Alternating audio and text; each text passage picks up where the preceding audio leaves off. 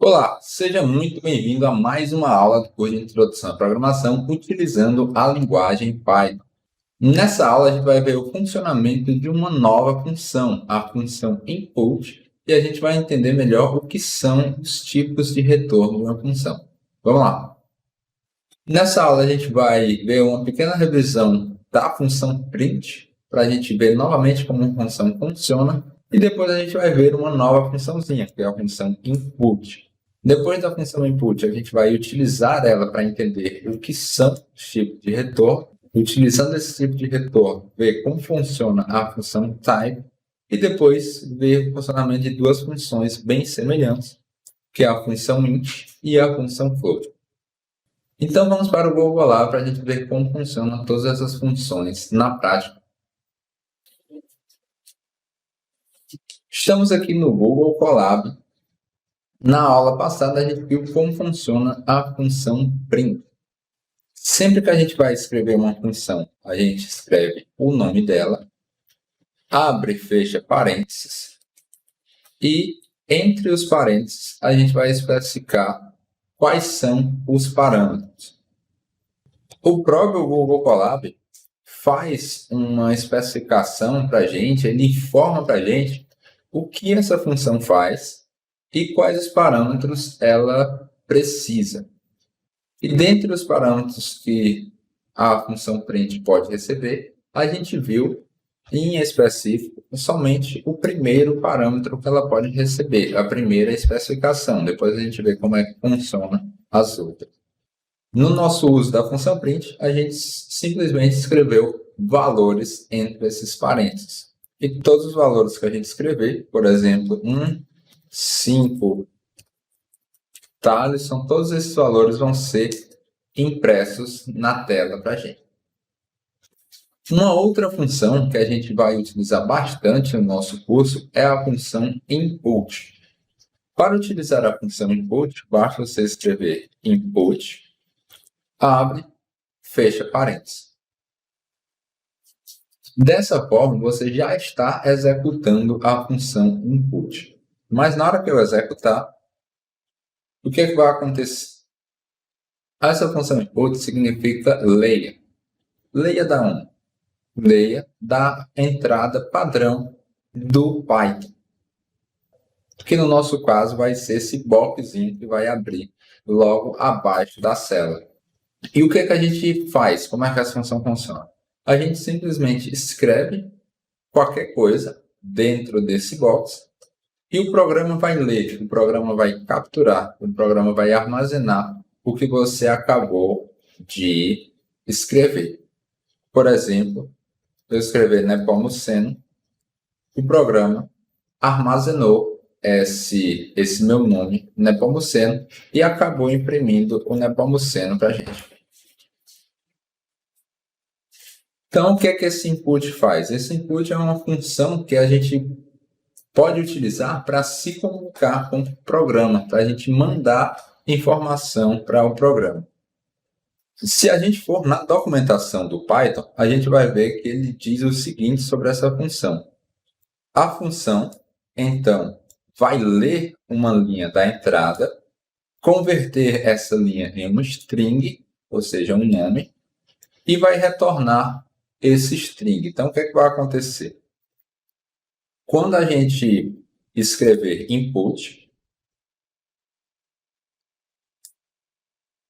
o programa vai esperar que o usuário coloque alguma informação. Depois que o usuário coloca uma informação e der um enter, essa função vai retornar um string. O que é que significa esse retornar? Significa que o valor da função vai ser igual à string que eu escrevi. Por isso que logo depois de eu escrever a string, ele imprimiu aqui o Nepomuceno. Por quê? Esse primeiro Nepomuceno que eu escrevi foi para string, ou seja, agora o valor desse nome input é Nepomuceno, e depois eu estou escrevendo o valor Nepomuceno. Parece um pouco confuso, é um pouco estranho de entender, mas para você entender melhor, vamos colocar esse valor em uma variável. Eu poderia utilizar um input, por exemplo, para armazenar um valor em uma variável. Por exemplo, eu vou escrever uma variável nome recebendo input. O que é que isso vai fazer? Quando eu escrever, por exemplo, Thaleson Gomes. Quando eu escrever esse código, a primeira coisa que vai acontecer é essa função vai ser executada. Ou seja, ele vai pedir que eu forneça um valor. Na hora que eu fornecer o valor, esse valor que eu forneci vai tomar o lugar da minha função input. Então, é como se eu apagasse essa função input e no lugar dela tivesse esse valor, esse Thaleson Gomes. Com isso, esse Thaleson Gomes vai ser atribuído para a minha variável nome. Se eu mandar imprimir o nome, você percebe que imprimiu o Thaleson Gomes. Então, esse é o funcionamento básico dessa nossa nova funçãozinha, da função input. A gente vai simplesmente escrever input e parênteses vazios. Então, o programa vai pedir que o usuário informe um certo valor e o valor que o usuário fornecer vai tomar lugar de onde eu escrevi na função. E, normalmente, você vai utilizar essa função input sendo atribuída para uma variável. Com isso, a variável que você escreveu vai receber o valor da função input, ou seja, o que ela retornar, o produto final da função input. Vamos para um outro exemplo. Por exemplo, eu posso fazer um programinha, colocar primeiro nome recebendo input e depois segundo nome recebendo input. E depois eu vou fazer o seguinte, eu vou imprimir o primeiro nome e o segundo nome. O que esse programa vai fazer? Ele vai executar a primeira linha, vai pedir que o usuário escreva, e o que o usuário escreveu vai ser fornecido para o nome, primeiro nome. Depois vai executar a segunda linha. O que o usuário escreveu vai ser fornecido para o segundo nome. E depois ele vai escrever primeiro nome, no espaço, o segundo nome. Vamos testar. Quando eu executar esse código, perceba que apareceu a janelinha para eu escrever qualquer informação. Eu vou escrever aqui Thaleson, um espaço, um Enter, depois Nepomuceno. O que aconteceu? Na execução do meu programa, que ele executa de cima para baixo, primeiro vai executar o primeiro, depois o segundo e depois o terceiro comando. No primeiro comando, eu peguei o nome Thaleson e forneci para o primeiro nome. No segundo comando, eu peguei o nome Nepomuceno, forneci para o segundo nome. Já no terceiro comando, eu imprimi Thaleson Gomes. E assim como a analogia que a gente fez sobre a utilização de funções com ações no mundo real, quando você vai utilizar uma função, existem os parâmetros que você deve especificar e existem os parâmetros que são opcionais, ou seja, você pode ou não especificar. Para você entender isso com analogia no mundo real, imagine novamente que você vai pedir uma pizza. Quando você vai pedir uma pizza, você tem que especificar pelo menos qual é o sabor da pizza. Porém, você pode fazer várias outras especificações. Por exemplo, você pode falar que não quer cebola ou que não quer queijo. Você pode fazer outras especificações para uma mesma ação. Aqui em programação, você pode fazer algo semelhante. Dependendo da função, ela pode ter parâmetros opcionais que você pode ou não especificar. No caso do input, a gente pode também especificar uma mensagem para que o usuário saiba o que ele está escrevendo. Por exemplo, entre os parênteses do primeiro input, eu vou escrever o seguinte: primeiro, digite seu primeiro nome. Nos parênteses do segundo input, eu vou colocar o seguinte: digite seu segundo nome. E quando eu executar esse código, o que vai acontecer? Antes de aparecer o box para o usuário digitar alguma informação, vai aparecer o que o usuário tem que informar. Então, a gente pode fazer um programinha que vai pedir o primeiro nome. Então, vai informar aqui para quem está utilizando esse programa saber que eu tenho que digitar o primeiro nome. Colocar Thaleson novamente. Digite o segundo nome, Gomes. E ele vai imprimir Thaleson Gomes. Porém, analisando novamente a documentação, a gente vai ver o seguinte: a função vai converter o que ele leu em um string, em um nome, e vai retornar essa string. O que significa isso?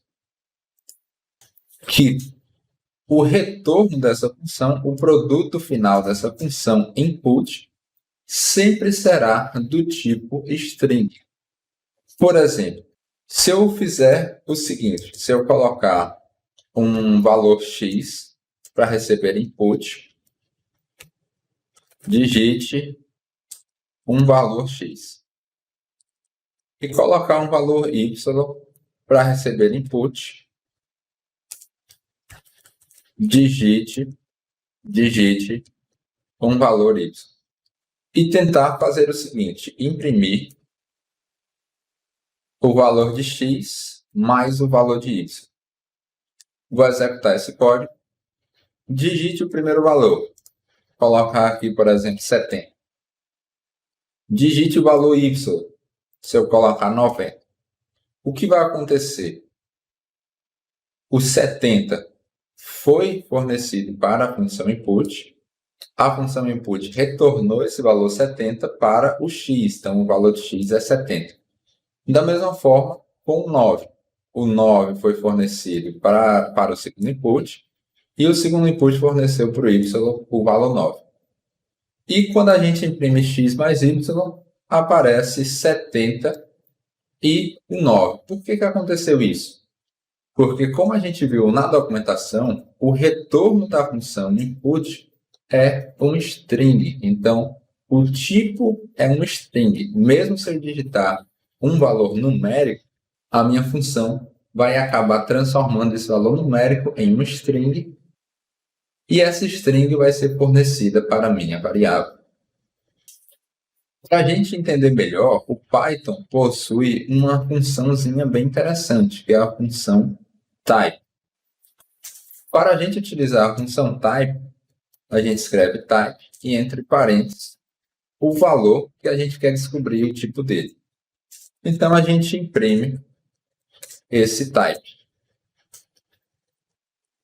utilizando a função print. Eu vou descobrir qual é o tipo da variável x e qual é o tipo da variável y. Na hora que eu executar, escrever um 4,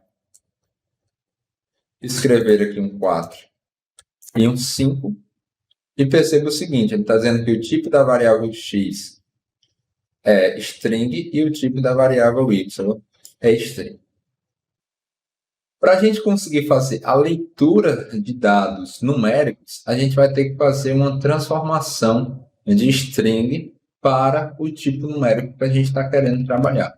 No Python, existem funções específicas para a gente estar alterando o tipo de uma variável.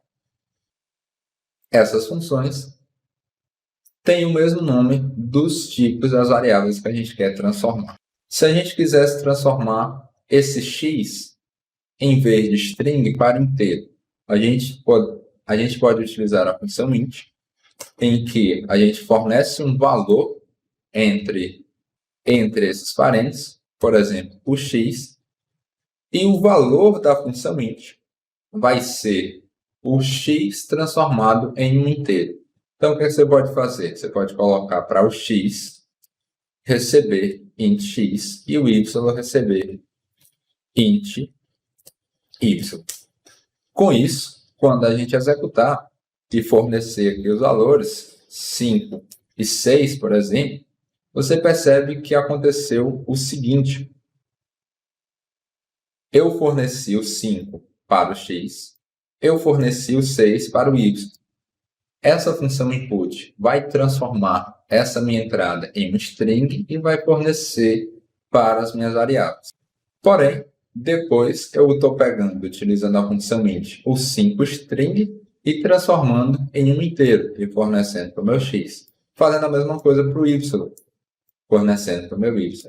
Agora, quando eu mandei imprimir o tipo do x e o tipo do y, perceba que apareceu tipo int e não mais o tipo string. E da mesma forma que a gente transformou em int, a gente poderia transformar em outro tipo de dado, simplesmente escrevendo qual é o tipo de dado que a gente quer transformar e qual dado a gente quer transformar entre os parênteses, que são exatamente os parâmetros que a gente vai fornecer para a variável. Por exemplo, se a gente escrever float no lugar do int e executar, fornecer os 5, os 6 e os 7.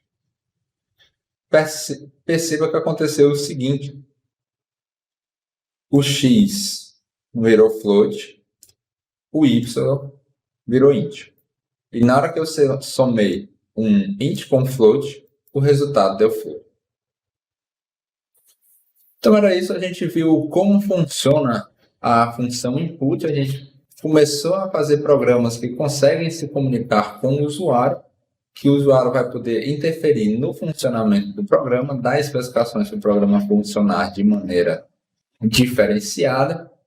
A gente também viu de forma bem resumida como funcionam os tipos de retorno de uma função e a gente viu como modificar esses tipos de retorno, como modificar o tipo de uma variável, modificar um tipo de dado utilizando a função int e a função float. Espero que vocês tenham gostado. Qualquer dúvida, não esqueça de mandar mensagem ou deixar um comentário.